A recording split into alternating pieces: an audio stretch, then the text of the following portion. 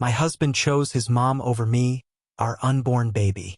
I left him, uncovered a disturbing plot, and now they're both facing criminal charges. I never thought I'd be sharing my story on Reddit, but here I am, desperately seeking advice. My name is Lisa, 28F, and I've been married to Jacob, 30M, for about 18 months now. We met during our residency at Memorial Hospital, where we both work as nurses in the intensive care unit. When I first met Jacob, I was instantly drawn to his easygoing nature and infectious laugh. We bonded over long shifts, shared gallows humor, and our mutual love for obscure 80s movies. Jacob was different from the guys I'd dated before. He was ambitious but kind, confident but never arrogant. We started dating after a few months of flirtatious banter and stolen glances across the nurses' station. Our relationship progressed quickly.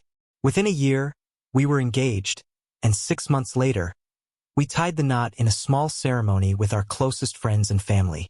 I remember feeling on top of the world that day, thinking I'd found my perfect partner. But looking back, there were signs I chose to ignore.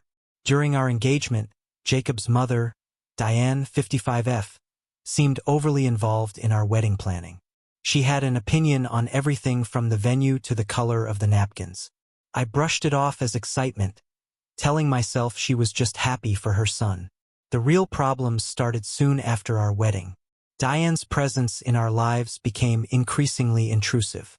She called Jacob multiple times a day, often during our dinner or when we were spending time together. She'd ask him to run errands for her or help with household chores, even though she lived just a few blocks away and was perfectly capable of doing these things herself. I tried to be understanding at first. Jacob was an only child, and I knew he felt responsible for his mother, especially since his father passed away 5 years ago. But as time went on, it became clear that Diane saw me as a threat to her relationship with Jacob. She'd make snide comments about my cooking or the way I kept our apartment. Once, she even criticized the way I folded Jacob's laundry, saying he preferred his shirts folded differently. What hurt the most was Jacob's reaction to these incidents. He never stood up for me. He'd laugh it off or tell me I was being too sensitive. When I tried to talk to him about it, he'd say, "That's just how mom is. You need to get used to it." Felt like he was choosing his mother over me, and it stung. Things got worse when I got pregnant 3 months ago. We hadn't been actively trying, but we weren't preventing it either. I was excited to share the news with Jacob, imagining his face lighting up with joy, but his reaction was lukewarm at best. He seemed more concerned about how we'd manage financially, even though we both have stable jobs and good salaries. When we told Diane about the pregnancy, her reaction was overwhelming. She immediately started talking about how she'd need to move in with us to help with the baby. I was horrified at the idea, but Jacob thought it was great. He didn't even consult me before agreeing to it. As my pregnancy progressed, I noticed Jacob becoming more distant. He started spending more time at work, picking up extra shifts that he didn't need to take. When he was home, he was always on his phone, texting or scrolling through social media. Our intimacy dwindled, and he rarely showed any affection towards me. I'd try to talk to him about it, but he'd brush off my concerns. He'd say he was just tired from work or stressed about becoming a father. But I couldn't shake the feeling that something else was going on. Last week, my suspicions were confirmed. I caught Jacob having a hushed conversation on the phone late at night. When I asked who he was talking to, he got defensive and said it was none of my business. His reaction set off alarm bells in my head. That night, while Jacob was in the shower, I did something I'm not proud of. I looked at his phone. I know it was a violation of his privacy, but I felt like I had no other choice. What I found broke my heart. There were messages between Jacob and his ex-girlfriend, Emily, 29F. They were discussing meeting up for coffee and reminiscing about their past relationship. Some of the messages were flirtatious, with Emily saying how much she missed him. I confronted Jacob about the messages as soon as he got out of the shower. He exploded in anger, accusing me of invading his privacy and being paranoid. He stormed out of the house and didn't come back until the next day. When he returned, he acted like nothing had happened and refused to discuss the incident. Now I'm at a loss. I feel like I'm living with a stranger. The man I married, the one who used to look at me with such love and adoration, seems to have disappeared. In his place as someone cold and distant, someone who prioritizes his mother and possibly his ex-girlfriend over his pregnant wife. I come from a conservative South Asian background where divorce is frowned upon. My parents had an arranged marriage and have been together for 35 years. They've always taught me that marriage is forever, that you work through your problems no matter what. The thought of leaving Jacob fills me with shame and fear. What will my family say? Will they blame me for not being a good enough wife? But at the same time, I'm terrified of bringing a child into this situation. I want my baby to grow up in a loving, stable home. I'm worried that if I stay, I'll be subjecting my child to a toxic environment. I need advice. Am I overreacting? Should I try to make this work for the sake of our unborn child? Or should I consider leaving before things get worse? I feel so alone and confused. Any insight or suggestions would be appreciated. Update 1. It's been about a month since my original post, and I wanted to update you all on what's been happening. First, I want to thank everyone who took the time to read my story and offer advice. Your support gave me the courage to take action. After much soul-searching and rereading all of your comments, I decided to have a serious talk with Jacob. I spent days preparing what I wanted to say, writing down my thoughts so I wouldn't get sidetracked or let my emotions take over. I chose a time when we were both off work, asked Jacob to sit down with me, and laid out all my concerns, his mother's interference, his emotional distance, and the inappropriate contact with his ex. I told Jacob about how lonely and neglected I've been feeling. I reminded him of the promises we made to each other on our wedding day, how we vowed to be partners in everything. I explained that if we were going to make our marriage work, things needed to change. We needed to set boundaries with his mother, he needed to be more present in our relationship, and he needed to cut off contact with Emily. Jacob's reaction shocked me. Instead of being understanding or apologetic, he became defensive and angry. He accused me of trying to come between him and his family. He said I was being selfish and hormonal because of the pregnancy. When I brought up the messages with Emily, he said I was blowing things out of proportion and that they were just friends. The argument escalated quickly. Jacob said some hurtful things that I never thought I'd hear from him. He told me that he felt trapped in our marriage and that he wasn't sure if he was ready to be a father. He even suggested that maybe we should consider other options for the pregnancy. I was devastated. This was not the man I married, the one who once talked excitedly about having a big family. In the heat of the moment, I told Jacob I needed some time away to think. I packed a bag and went to stay with my best friend, Megan, 27F. Jacob didn't try to stop me. In fact, he seemed almost relieved, which hurt more than anything else. Megan has been my rock through all of this. We've been friends since college where we were roommates. She was there for me during my first heartbreak when I failed a crucial exam and when I doubted my ability to make it through nursing school. Now, once again, she's providing a safe haven when I need it most. While at Megan's, I received a call from my obstetrician's office. They had the results of some routine tests, and something came up abnormal in my liver function tests. The doctor wanted me to come in for a follow-up appointment as soon as possible. I was worried about the test results, but I didn't want to tell Jacob. I felt like I couldn't trust him anymore, and I was afraid he might use this information against me somehow. Instead, I asked Megan to accompany me to the appointment. The doctor ran more tests and asked me a lot of questions about my diet, lifestyle, and any medications I might be taking.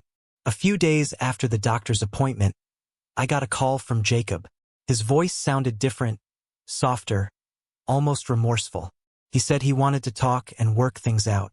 Despite my better judgment, I agreed to meet him at a nearby cafe. When I arrived, I was surprised to see Diane there with him. Jacob said he had asked his mother to mediate our discussion. The conversation was a disaster from the start. Diane dominated the discussion, criticizing my behavior and telling me how I needed to be a better wife. She brought up incidents from months ago, things I thought Jacob and I had moved past. She talked about how I was tearing their family apart, how Jacob had changed since he met me. All the while, Jacob sat there silently, nodding along with everything his mother said. When I tried to express my feelings, Diane interrupted me, saying I was being disrespectful.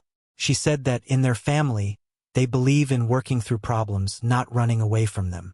The irony of her statement, given Jacob's recent behavior, was not lost on me. I couldn't take it anymore. I stood up and told them both that I was done. I said I couldn't be in a marriage where I was constantly disrespected and where my husband couldn't stand up for me. I took off my wedding ring, placed it on the table, and walked out. As I was leaving the cafe, my phone rang. It was my doctor's office again. The follow-up tests showed that my liver function was still abnormal, and they wanted me to come in for more tests. The doctor sounded concerned and mentioned the possibility of medication-induced liver damage. I'm scared and confused. I don't know what's going on with my health, and I'm worried about the baby. I'm also dealing with the reality that my marriage is likely over. I've moved in with Megan temporarily while I figure out my next steps. I know I have a long road ahead of me, but I'm determined to stay strong for myself and my baby. I'm considering reaching out to a lawyer to discuss my options regarding separation and possibly divorce.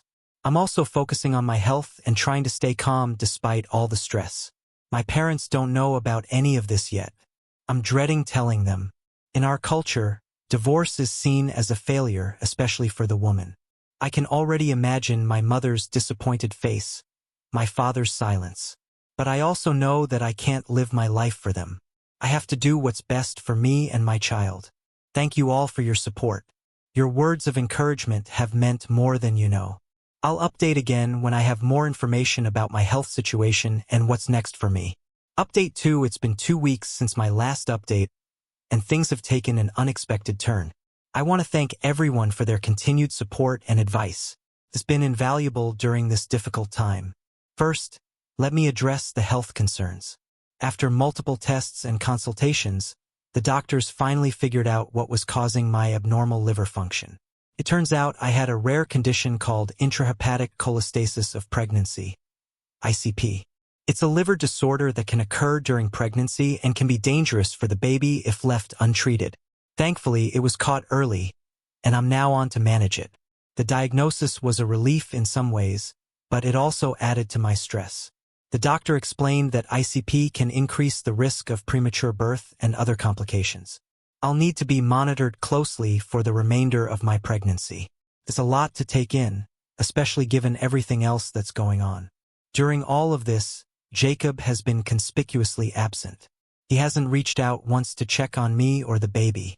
His silence hurt more than I expected. Despite everything that's happened, a part of me still hoped he would step up and be there for us. However, his silence was broken when I received a letter from a lawyer representing him. The letter stated that Jacob was seeking a divorce and wanted to discuss the terms of our separation. It also mentioned that Jacob was questioning the paternity of the baby and wanted a DNA test.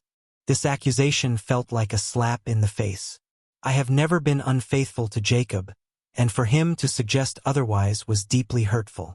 It made me wonder if he was projecting his own guilt onto me, considering his secretive behavior with his ex-girlfriend. I decided to hire my own lawyer to protect my interests and those of my unborn child. My lawyer advised me to gather all financial documents and any evidence of Jacob's behavior, including the messages I saw between him and his ex. As I was going through our shared computer, I stumbled upon something shocking. I found emails between Jacob and his mother discussing a plan to get rid of me. They talked about ways to make me miserable enough to leave on my own, including Diane moving in with us and Jacob deliberately neglecting me. What disturbed me most was a conversation where Jacob mentioned slipping something into my food to take care of the pregnancy problem. I felt sick to my stomach reading this.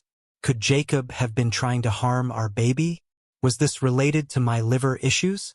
I immediately forwarded these emails to my lawyer and filed a police report.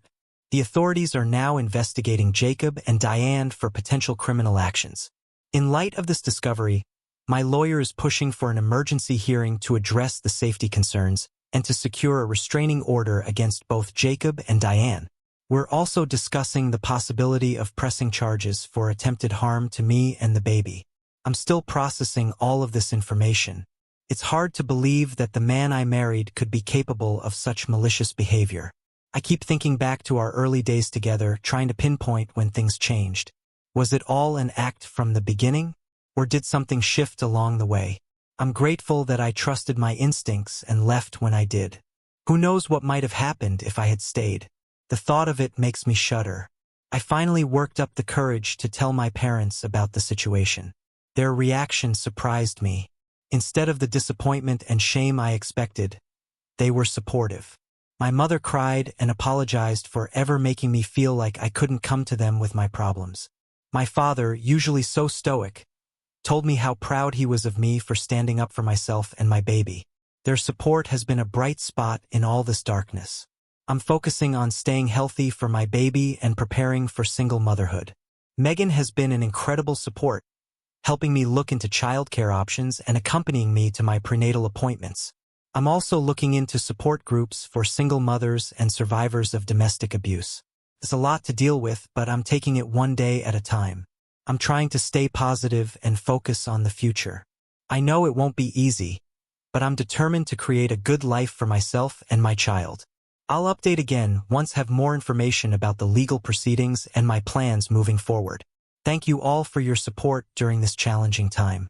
Update 3. It's been a month since my last update, and I wanted to share the latest developments in my situation. Once again, I'm incredibly grateful for the support and advice I've received from this community. The investigation into Jacob and Diane's actions has progressed. The police took my allegations seriously and obtained warrants to search Jacob's and Diane's properties. They found evidence corroborating the emails I discovered, including notes detailing their plans and some suspicious substances that are currently being analyzed. Both Jacob and Diane were brought in for questioning. Jacob initially denied everything, but when confronted with the evidence, he broke down and confessed. He admitted to trying to sabotage my pregnancy by adding small amounts of a substance to my food, under the guidance of his mother. Diane, however, has maintained her innocence and hired a separate lawyer. The district attorney's office is now preparing to file charges against both of them for attempted harm to me and the unborn child. My lawyer is working closely with the prosecutors to ensure that all the evidence is properly presented. On the divorce front, given the criminal charges, Jacob's lawyer has reached out to discuss a settlement. They're now offering a much more favorable agreement, likely in hopes of gaining some leniency in the criminal case. My lawyer advises that we're in a strong position to negotiate. As for my health and the baby, I'm happy to report that the medication for the ICP is working well. My liver function has improved, and the baby is developing normally. I'm now in my second trimester and starting to feel more energetic. I even felt the baby kick for the first time last week. It was a magical moment that reminded me of why I'm fighting so hard. I've moved out of Megan's place and found a small apartment of my own. It's been challenging to adjust to living alone, especially with the pregnancy, but it's also liberating. I'm slowly rebuilding my life and focusing on creating a safe, loving environment for my child. My parents have been incredibly supportive throughout this process. My mom comes over every weekend to help me prepare the nursery. My dad has been accompanying me to all my legal meetings, providing moral support. Their presence has made this difficult time a bit easier to bear. I've also started attending a support group for women who've experienced similar situations. It's been incredibly helpful to connect with others who understand what I'm going through. We share our stories, offer advice, and support each other through the healing process. It's comforting to know that I'm not alone in this journey. Looking back, I can see now how manipulated I was throughout my relationship with Jacob. His mother's influence was far more sinister than I initially realized. I'm working on forgiving myself for not seeing the signs earlier and for staying as long as I did. It's a process, and some days are harder than others, but I'm making progress. At work, I've been open with my supervisors about my situation. They've been understanding and have adjusted my schedule to accommodate my lethal appointments and doctor visits.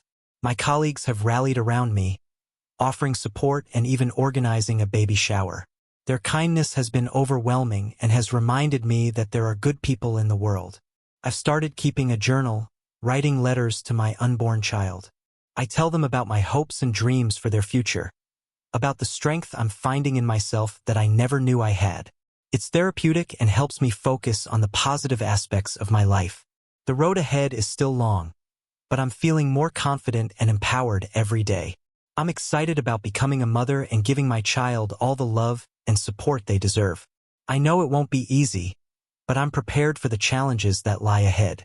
This experience has taught me so much about myself and about the importance of trusting my instincts. I'm learning to set boundaries, to speak up for myself, and to prioritize my own well-being and that of my child. Thank you all for being there through this journey. Your support has meant more than you know. I'll update again once the legal proceedings are finalized and when the baby arrives. Here's to new beginnings and a brighter future.